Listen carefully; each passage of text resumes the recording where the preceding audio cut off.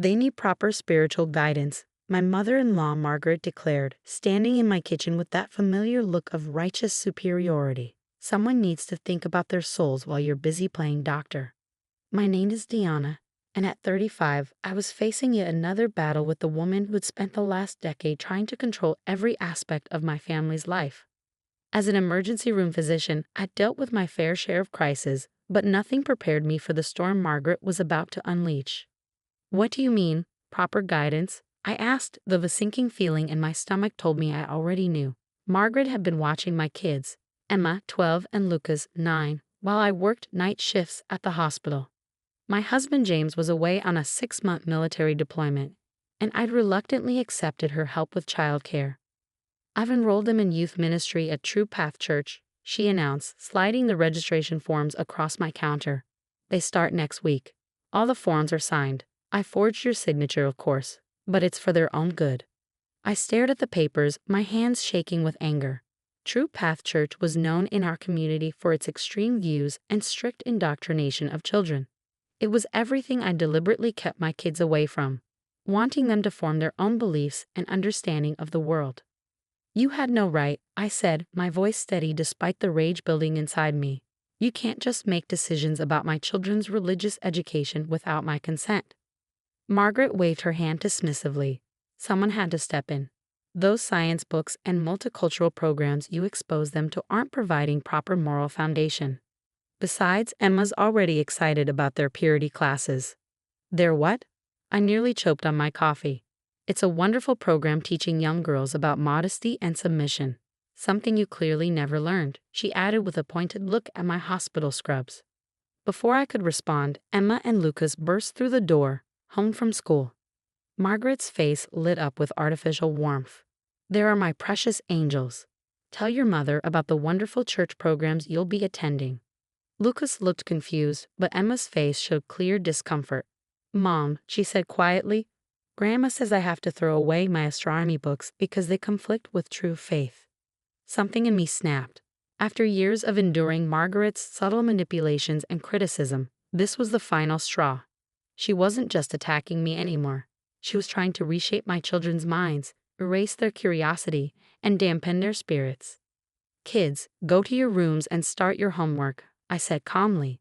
I need to speak with Grandma alone. Once they were gone, I turned to Margaret. You're done watching them. I'll find alternative childcare, even if it means adjusting my hospital schedule. Don't be ridiculous, she scoffed. Who else will guide them properly? That diversity-obsessed after-school program you were considering? They need structure, tradition, proper values. I picked up the church registration forms and slowly, deliberately tore them to pieces. What they need is to grow up in a home where curiosity is celebrated, where questions are encouraged, and where they're free to explore their own path to understanding the world. Margaret's face turned red. You're making a terrible mistake. I'll tell everyone at church how you're denying your children spiritual guidance. What will people think? I don't care what your church thinks, I replied. But I do care about what my children think, and I won't let you or anyone else force them into a box of your making. She grabbed her purse, heading for the door. You'll regret this. Those children need saving from your godless influence. James would be ashamed if he knew how you were raising them. As the door slammed behind her, I sank into a kitchen chair, my mind already racing with plans. Margaret had unwittingly sparked something in me, not just anger, but inspiration. If she wanted to talk about guidance and community, I'd show her exactly what that could look like without manipulation and fear. I pulled out my laptop and started researching. Our neighborhood had plenty of families like mine, parents working hard to raise curious, open-minded children. Maybe it was time we created something new, something that would truly serve our community's needs. Emma peeked around the corner. Mom, are we really not going to Grandma's church? Her eyes lit up, like a science club. Something like that, I smiled. But bigger, much bigger. Little did Margaret know, her attempt to control my children's minds would lead to a project that would transform not just our family, but our entire community, and this was just the beginning. I beckoned her over, pulling her into a tight hug. No, sweetheart, but I think it's time we started something even better. How would you like to help me create a place where kids can actually learn, explore, and grow together? Over the next few weeks, I threw myself into creating something extraordinary. During my breaks at the hospital, I reached out to other parents, professionals, and educators in our community. The response was overwhelming. I wasn't the only one looking for an alternative to traditional after-school programs. Sarah, a local librarian, offered our first meeting space. When 15 families showed up that first Saturday, I knew we were onto something special. Among them was Andrea, a NASA engineer, who immediately volunteered to lead science workshops. Michael, an art therapist, suggested incorporating creative expression sessions.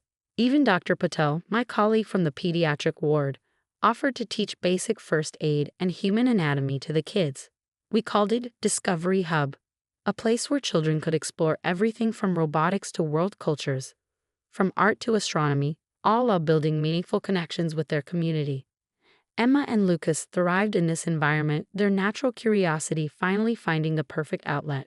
Of course, Margaret couldn't stay away. She showed up unannounced one afternoon, just as Emma was leading a presentation about the solar system to a group of younger kids. "What kind of chaos is this?" she demanded, watching children gathered around microscopes and art stations. "This isn't proper structure. This isn't proper anything." I was about to respond when Emma spoke up, her voice clear and confident. "Actually, Grandma, I'm teaching them about Johannes Kepler's laws of planetary motion. Want to join us?" Margaret's face turned an interesting shade of red. "Teaching? You're 12.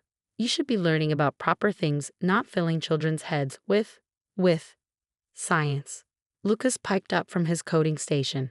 "Mom says understanding how the universe works helps us appreciate its wonder even more." Before Margaret could launch into another tirade, Andrea stepped forward. "Mrs. Carter, I'm Andrea Wilson, NASA's lead engineer for the Mars rover project. Would you like to see what your grandchildren have been creating? Their innovations are quite remarkable." I watched as Margaret struggled to maintain her disapproving facade while faced with actual accomplished professionals who were volunteering their time to educate our children. Her usual tactics of dismissal and moral superiority fell flat in the face of genuine expertise and enthusiasm. "This is all very interesting," she managed, her voice stiff. "But what about their spiritual growth? Their moral development?" Dr. Patel, who had been teaching a group about the human heart, joined our conversation. "You know, Mrs. Carter, I find that children who understand how magnificent and complex our world is naturally develop a deep sense of wonder and respect for all life. Isn't that the foundation of true spirituality?" Margaret left that day looking confused and slightly deflated, but I knew this wouldn't be the end. Sure enough, the next Sunday, she had her pastor come to inspect our program. What she didn't expect was for Pastor Richardson to be genuinely impressed. "This is remarkable," he said, watching children from different backgrounds working together on various projects.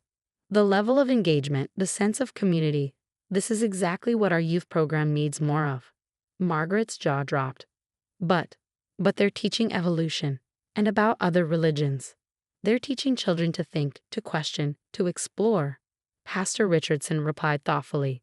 "In my experience, faith is strengthened by understanding, not threatened by it." That evening, as we were cleaning up, Emma helped me organize the new microscopes donated by the local university.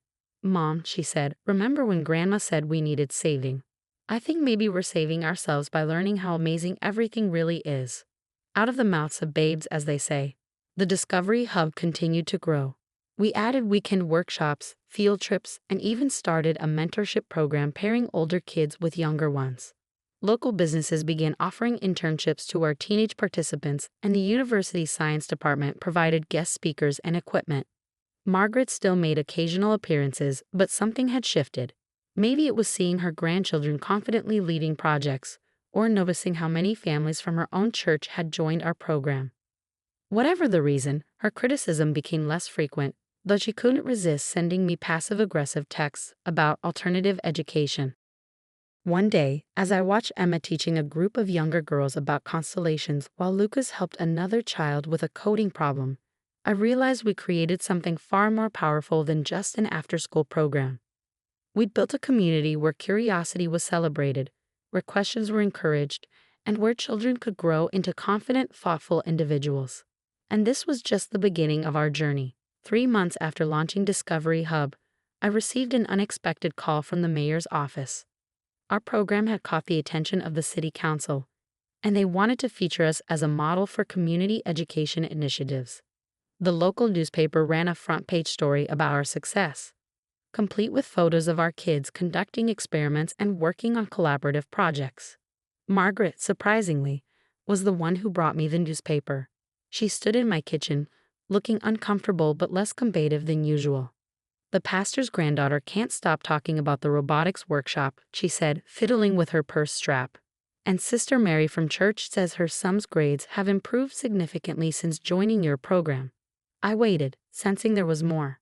I may have been, she paused, clearly struggling with the words, hasty in my judgment.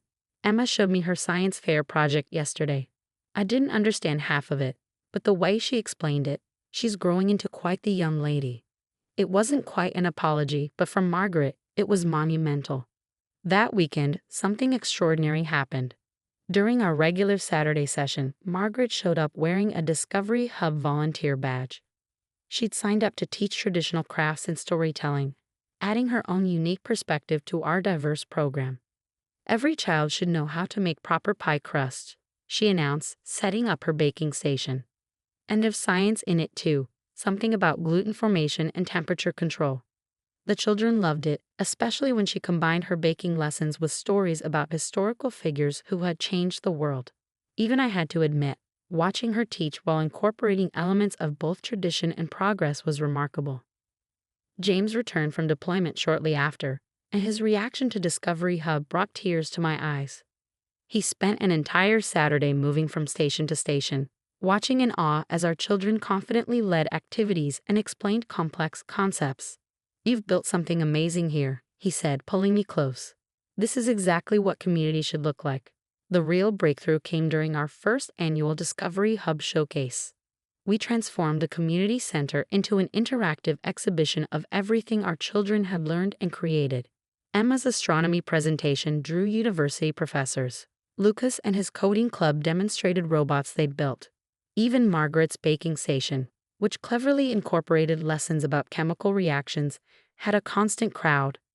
As families moved from exhibit to exhibit, I noticed Margaret standing alone, watching Emma explain lunar phases to a group of captivated adults.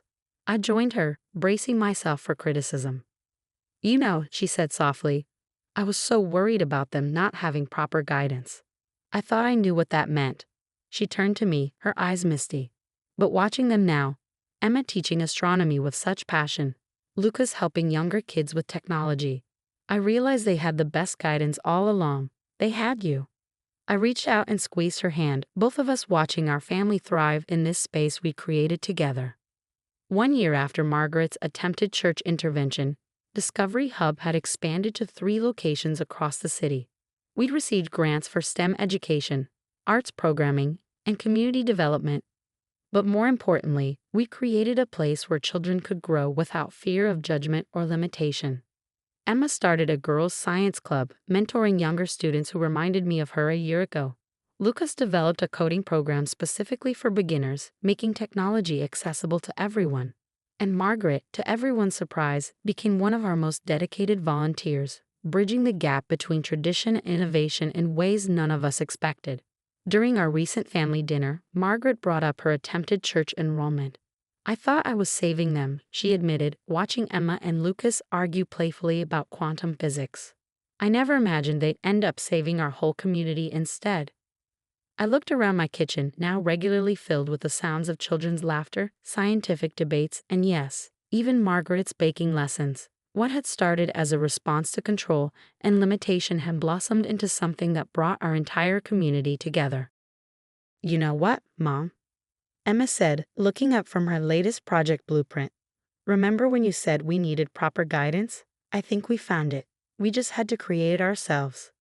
Margaret nodded, a genuine smile spreading across her face. "Sometimes," she said, helping Lucas with his coding homework, "the best guidance comes from learning to think for ourselves." And there it was, the lesson we'd all learned through this journey. Sometimes the greatest acts of resistance aren't loud or confrontational. Sometimes they're built slowly, thoughtfully, with love and determination, creating spaces where everyone can grow, learn, and thrive together. Discovery Hub continued to evolve, but its core remained the same. A place where curiosity was celebrated, questions were encouraged, and every child had the chance to discover their own path to understanding the world. And perhaps most remarkably, it had helped bridge the gap between generations, proving that growth and learning never really end. They just take different forms.